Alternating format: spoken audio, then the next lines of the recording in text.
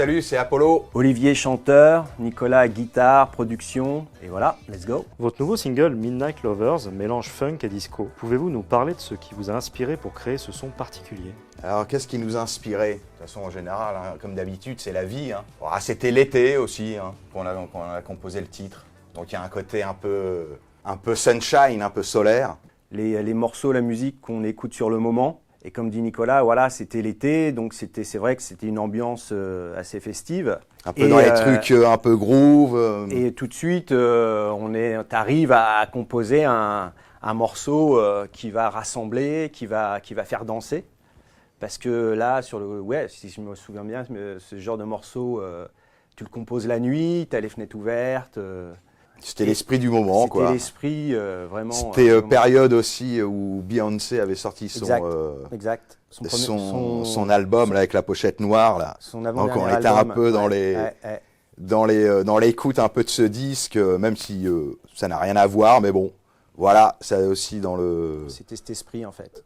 Dans l'inspiration du truc, quoi. L'EP Precious Five semble être un voyage à travers différents styles musicaux. Comment avez-vous équilibré ces influences variées tout en gardant une cohérence artistique? Pour résumer un peu l'esprit de Precious Five et la cohérence artistique, c'est en fait déjà on enregistre tout dans notre studio, on joue de tout, on joue de tous les instruments. Donc à l'arrivée, c'est vrai que vu qu'on est sur tous les morceaux, la cohérence artistique va surtout s'orienter par rapport à ça. Ouais, c'est les instrus. Ouais. C'est les instruments. On utilise toujours les mêmes, les mêmes synthés, les mêmes sons électroniques. Tout sort un peu de la même boîte, c'est fait au même endroit. Donc à mon avis, la cohérence, elle vient de là, quoi. Elle vient la façon dont on travaille en fait. Très peu d'intervenants, donc ça fait que la cohérence, la cohérence artistique, je pense elle se dessine ici. Ouais. Puis la cohérence, de toute façon, vu que c'est notre création, il y a à un moment c'est ton truc, alors donc, à la vie, la cohérence, ça se fait parce que c'est toi qui mets ton énergie là-dedans, quoi.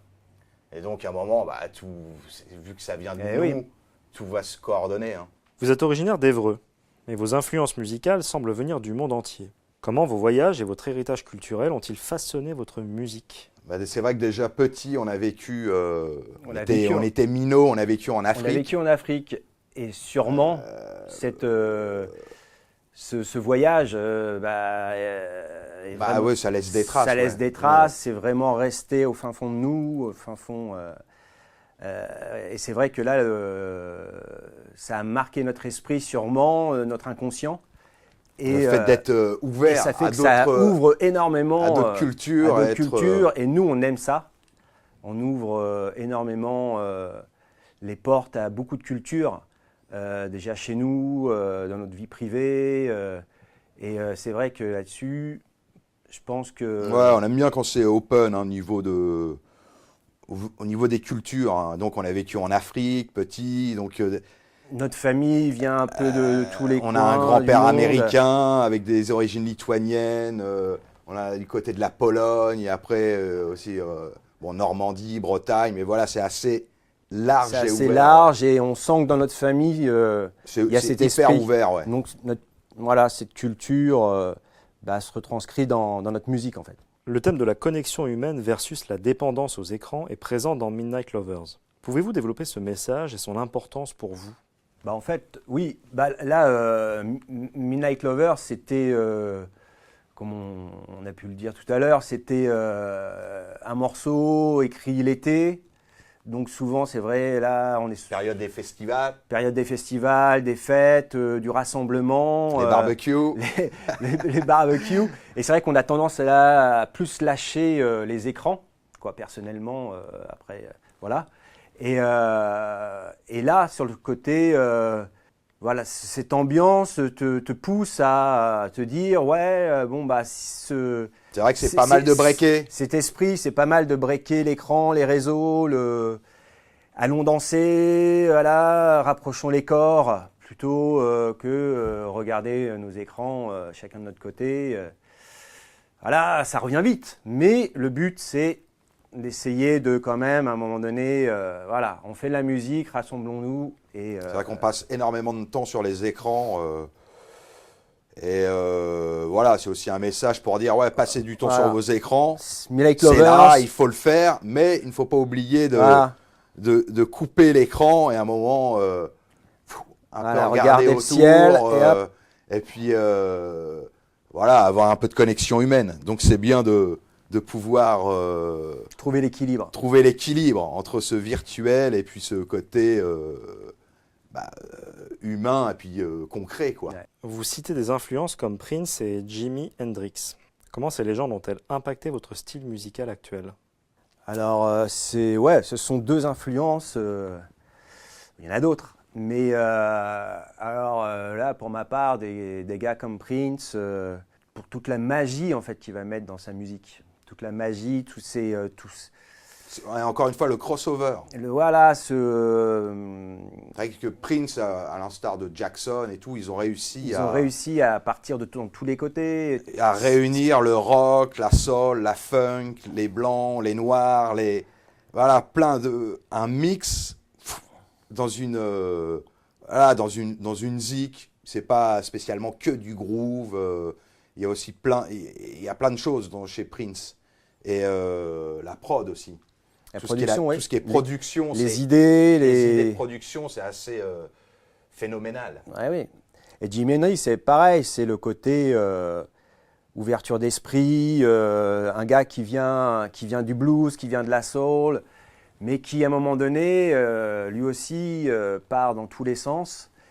Et surtout chez Hendrix, c'est vrai que c'est assez champagne. Voilà, donc c'est assez ouvert, ouais. Et nous, ça nous inspire énormément. Et la créativité de ces gars-là, quoi. La sortie complète de l'EP est prévue pour novembre. Que peuvent attendre vos fans de ce projet dans son ensemble? On espère déjà qu'ils vont bien l'accueillir, on a déjà la sortie des singles de Midnight Lovers. Ouais, il y a des super retours. On a eu un autre single qui était aussi Slide to Me. C'est vrai qu'il y a eu des bons retours. Et on a envie de surprendre aussi, d'arriver avec comme on l'a dit, des nouvelles choses. Ouais, aussi, c'est surprenant. En étant nous-mêmes. Et qui kiffent le son, tout simplement. Voilà, qui kiffent, qu'ils arrivent. J'espère que vous allez kiffer. Et voilà, tu fais play, tu kiffes, quoi. Après la sortie de Precious 5, quels sont vos projets pour l'avenir d'Apollo? Des dates. Alors, ouais. Après, le but, c'est d'aller sur scène. Après, le but, c'est d'aller sur scène, de présenter les morceaux, rencontrer le public, faire évoluer aussi parce que quand on joue, quand on va sur scène, toujours il y a comme cette sensation de faire évoluer aussi et de redécouvrir les morceaux studio, parce que quand on passe du studio à la scène, ça n'a rien à voir. Donc ça sera différent sur scène. Voilà, surtout, et donc c'est vrai que nous on colle pas en général c'est pas trop collé, c'est difficile. On colle pas aux versions studio, on aime bien quand même faire des versions live. Et c'est vraiment ça la suite d'Apollo. La suite, ouais. C'est les lives et évidemment recommencer. Repartir dans la composition. Parce que déjà plein de morceaux qui sont là. Ouais, dès que tu finis, le moulin tourne. T'as d'autres morceaux qui arrivent. Et t'es là, ouais, t'as envie de recomposer, t'es obligé d'un peu freiner, dire bon, attends. Déjà, on va. Il y a celui-ci, donc on freine. On va le faire après, mais c'est vrai que t'as envie d'y retourner. T'as envie de retourner en studio. En studio, parce que le kiff du studio, c'est de recomposer et refaire cette magie, parce que c'est vrai que quand tu crées ça, c'est magique. Des morceaux, c'est vrai que c'est magique. Tu pars de rien. Bon, c'est comme la peinture, de toute façon. Hein.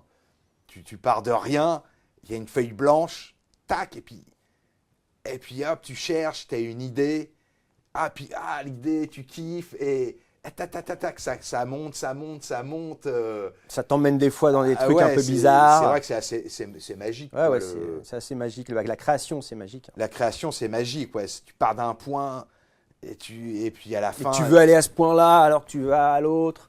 Et ça finit le mix, mastering, et après tu lances, quoi.